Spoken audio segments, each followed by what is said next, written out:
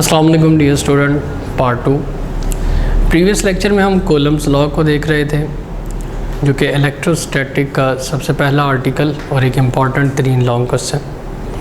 आज हमारे पास 12.2 आपका आर्टिकल है और इसके अंदर हम फील्ड ऑफ फोर्स के कॉन्सेप्ट को सीखेंगे कि फोर्स का कॉन्सेप्ट फील्ड के अंदर क्या है, किसने दिया और इसको किस तरह से रिप्रेजेंट किया गया।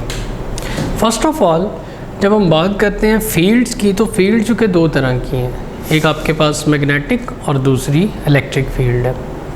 इन दोनों की ही मैग्नीट्यूड और डायरेक्शन आप फाइंड कर लेते हैं बहुत इजीली। ग्रेविटेशनल फोर्स की जब बात करेंगे या ग्रेविटेशनल फील्ड की, तो ये न्यूटन्स लॉ पे कंसिस्ट कर रही है और वही हेल्प करता है इसकी मैग्नीट्यूड और डायरेक्शन फाइंड करने के लिए।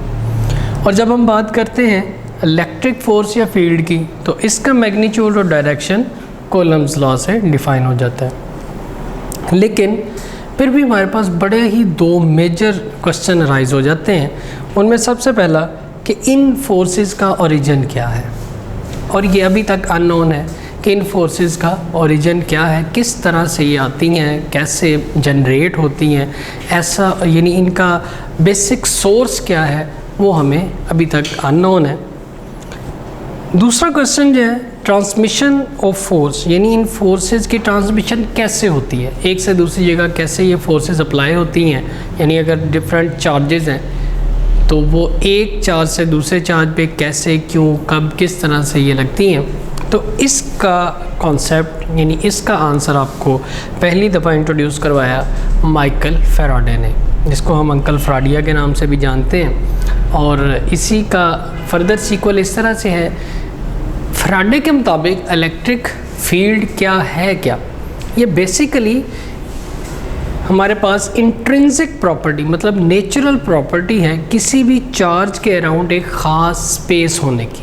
यानी हर चार्ज, अगर सपोज आप चार्ज को एक मैग्नेट के तौर पे देखें, क्योंकि चार्ज हमें एज इट इज़ नज़र तो नहीं आता, लेकिन मैग्नेट से हमारी वाबस्तगी होती है। हम मैग्नेट को जानते हैं कि वो अगर उस एक मैग्नेट के करीब दूसरा मैग्नेट आए तो अट्रैक्ट या रिपेल, इस तरह की फोर्सेस हम फील कर लेते हैं। तो उससे ये कॉन्सेप्ट ज़रा इजी हो जाता है। तो आप इसको मैप कर लें किसी एक मैग्नेट के ऊपर कि हमारे पास it is an intrinsic property of the nature that an electric field exist in a space around an electric charge. Electric charge को जैसे मैंने कहा कि आप इमेजिन करें एक मैग्नेट के तौर पे, और मैग्नेट के अराउंड एक स्पेशल एरिया होता है जहाँ तक उसकी फोर्स का इफ़ेक्ट होता है।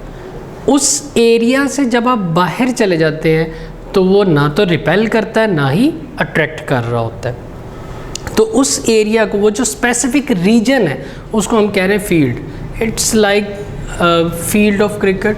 यानी जब आप किसी भी चीज़ की बात करते हैं, किसी खेल की, तो उसके अंदर भी आपको एक ख़ास एरिया दिया जाता है जिसके अंदर यानी फील्डिंग लग रही होती है। Suppose in case of cricket, तो उसमें क्या है, आप एक ख़ास एरिया, बाउंड्री एरिया के अंदर है जहाँ तक आपका इफ़ेक्ट है। सपोज़ अगर एक प्लेयर है, उसने कैच किया और वो फील्ड के अंदर है तो आउट माना जाएगा। अगर सपोज़ वो फील्ड से बाहर है तो वो आउट नहीं होगा। इसका मतलब क्या है, यानी उसको कंसीडर ही नहीं किया जा रहा, उस कैच को कंसीडर नहीं किया गया क्योंकि वो आउट ऑफ फील्ड चला गया। तो फील्ड से मुराद यहाँ पे ये है कि कोई भी एक पर्टिकुलर स्पेसिफिक एरिया। अब फील्ड कितनी है और उसकी कितनी स्ट्रेंथ है, कैसी है, उससे वो पता चलता है हमें किसी चार्ज के साइज़ से। चार्ज जितना बड़ा होता जाएगा उसका फील्ड एरिया उतना ही ज़्यादा वास्ट करता जाएगा, और जितना चार्ज साइज़ में छोटा होगा उसका फील्ड एरिया उतना ही कम होगा। तो फील्ड थ्योरी के अंदर जब इसको एक पिक्टोरियल रिप्रेजेंटेशन हम देते हैं, दो कि this one is not actual, ये जस्ट एक इमेजिनेशन है कि हम सपोज करते हैं हमारे पास एक पॉइंट चार्ज है, जैसे यहाँ पे लिखा भी हुआ है ये ब्लैक कलर में, positive point charge.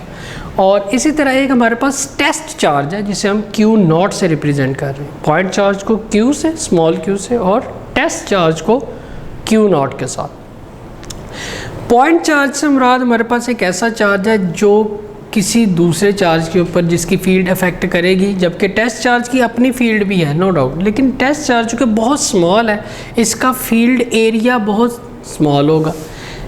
Point charge हमने एक बड़ा वाला चार्ज लिया है पॉजिटिव, इसका फील्ड एरिया आप देख रहे हैं साइज़ में भी काफ़ी ज़्यादा फैला हुआ है, वास्ट है, स्प्रेड हुआ हुआ है। तो ये जो बाउंड्री लाइन है इसके अंदर तक जहाँ तक ये डॉट आपको नज़र आ रहे हैं, ये सारे इसके फील्ड है, यानी ये वो एरिया है, ये वो बाउंड्री है, ये वो जगह है जहाँ अगर कोई भी बाहर से आएगा तो उसके ऊपर फोर्स लगेगी, इधर रिपल्सिव और अट्रैक्टिव, इट डिपेंड्स कि अगर इसी की तरह का पॉजिटिव चार्ज ही अगर बाहर से आता है तो रिपल्शन हो जाएगी, same charges repel each other, और अगर कोई ऑपोजिट चार्ज आता है तो होगा क्या, अट्रैक्ट। ठीक है, लेकिन किस तरह अट्रैक्ट होगा, कम ज़्यादा, वो डिपेंड करेगा कि इसकी स्ट्रेंथ कितनी है, और जितने ज़्यादा यहाँ डॉट हैं वो इसकी स्ट्रेंथ को शो करने के लिए लगाए जाते हैं। अगर डॉट कम कर दिए जाएं तो मतलब इसकी स्ट्रेंथ कम है, फोर्स कम लगेगी। इसको आप इस कॉन्सेप्ट से भी देख सकते हैं कि ये एक बाउंड्री है, ठीक है, ये पूरी वॉल है, सरहद है, जिसके अंदर ये सारी आर्मी डिप्लॉय की हुई है हमने, और इसके अंदर बाहर से कोई भी एनिमी आता है, कोई भी आउटसाइडर आता है तो उसके ऊपर अटैक कर दिया जाता है। अब जितने डॉट्स हैं ये नंबर ऑफ़ आर्मी है, अगर आप इन डॉट्स को कम करेंगे तो डेफिनेटली बात है कि आर्मी कम हो गई है तो फोर्स कम लगेगी, आपके पास पावर कम है इसकी, और अगर यहाँ डॉट ज़्यादा है, आर्मी ज़्यादा है, पावर आप ज़्यादा लगाएंगे, फोर्स ज़्यादा लग सकती है। तो ये था आपके पास पॉइंट चार्ज का कॉन्सेप्ट। और जहाँ तक टेस्ट चार्ज की बात की, उसके पास भी फील्ड तो है, लेकिन चूँकि वो खुद ही बहुत छोटा है, उसकी फील्ड भी बहुत छोटी है, और हम कंसिडर करके चलते हैं क्यू नॉट को इस तरह से कि जब भी इन दोनों को करीब लाया जाएगा तो ये उस पर इफ़ेक्ट करेगी, वो इसकी फील्ड पे इफ़ेक्ट नहीं करेगी। दो कि ये ठीक नहीं है, मतलब ये कि इसने भी इस पर उतना ही इफ़ेक्ट करना है। न्यूटन थर्ड लॉ के मुताबिक फोर्सेज जो हैं वो एक दूसरे पे ऑपोजिट होंगी, equal in magnitude but in opposite direction, but यहाँ चूँकि ये डोमिनेट कर रही है इसलिए हम इसको इग्नोर करेंगे। इट्स लाइक कि आपके पास एक तरफ 1 लाख रुपये है और दूसरी तरफ सिर्फ 10 रुपये का नोट है, तो उसकी बिल्कुल कोई औकात नहीं रहेगी कंपैरिजन के तौर पर। तो सिमिलरली यहाँ फील्ड एरिया बहुत ज़्यादा है, इसकी स्ट्रेंथ बहुत ज़्यादा है, तो जब भी ये हमारे पास टेस्ट चार्ज इसके करीब आएगा तो हम उसकी फील्ड को नेगेट करेंगे, और इसकी फील्ड को चूँकि ये डोमिनेट है उसको हम रीड करेंगे।